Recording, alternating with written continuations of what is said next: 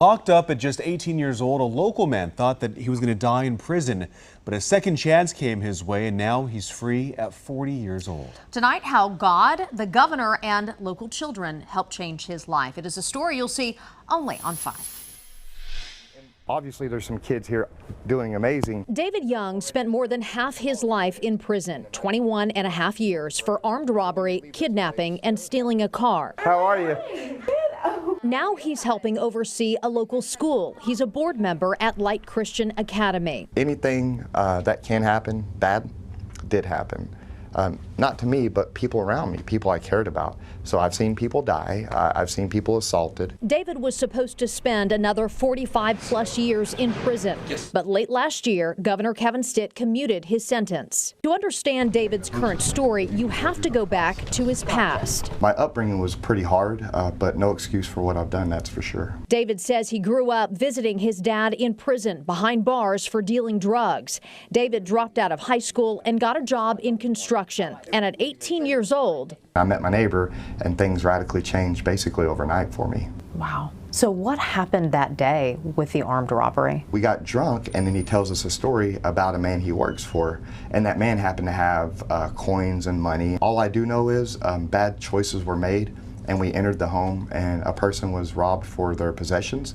And we all got in trouble for it. David says they stole money and a coin collection and took off in the homeowner's car. He says no one was injured, but a family was home during the armed robbery.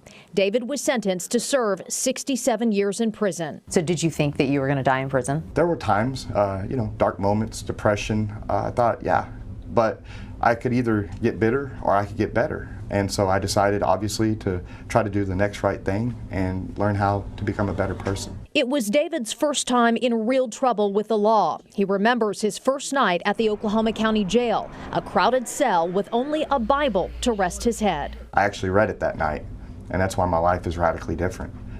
From that point forward, I believed, 100% in Jesus Christ, and He saved my soul from hell. Is there a scripture that stands out that you remember from that night? Yeah, it's in the Gospel of John. It's real short.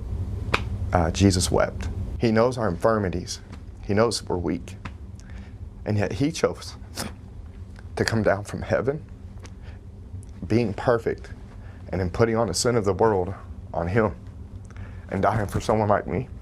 Yeah, it changed my life.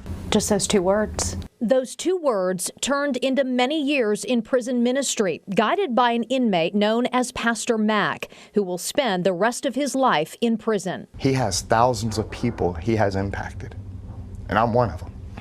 And he keeps changing lives, even though he's forgotten by the world. God hasn't forgotten Pastor Mac. David became Pastor Young, leading prison Bible studies, using videos to preach to youth on the outside. David poured his life into God and his studies. He got his high school diploma and a bachelor's degree while incarcerated. 21 years is a long time, and I'm still thankful for all those years, but looking back, it definitely is overkill for a lot of people.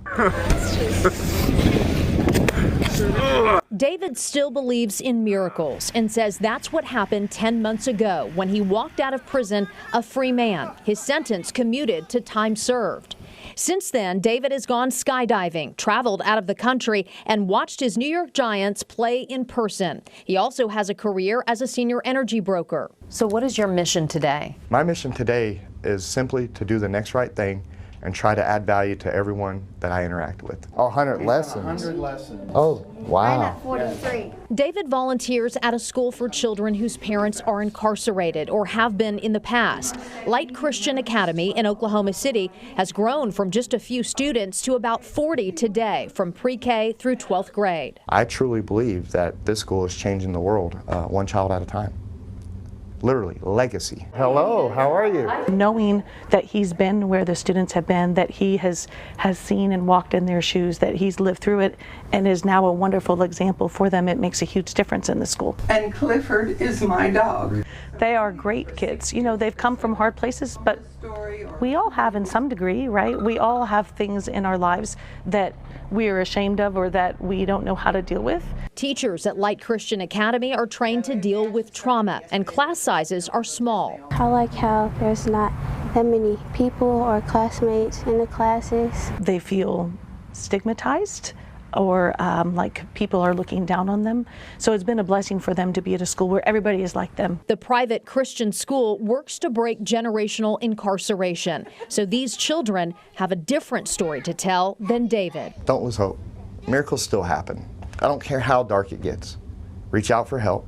Call on Jesus. Call a friend. But don't give up.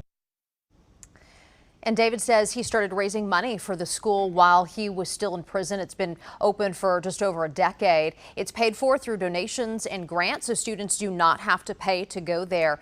As for what's next for David, he says ministry is his calling.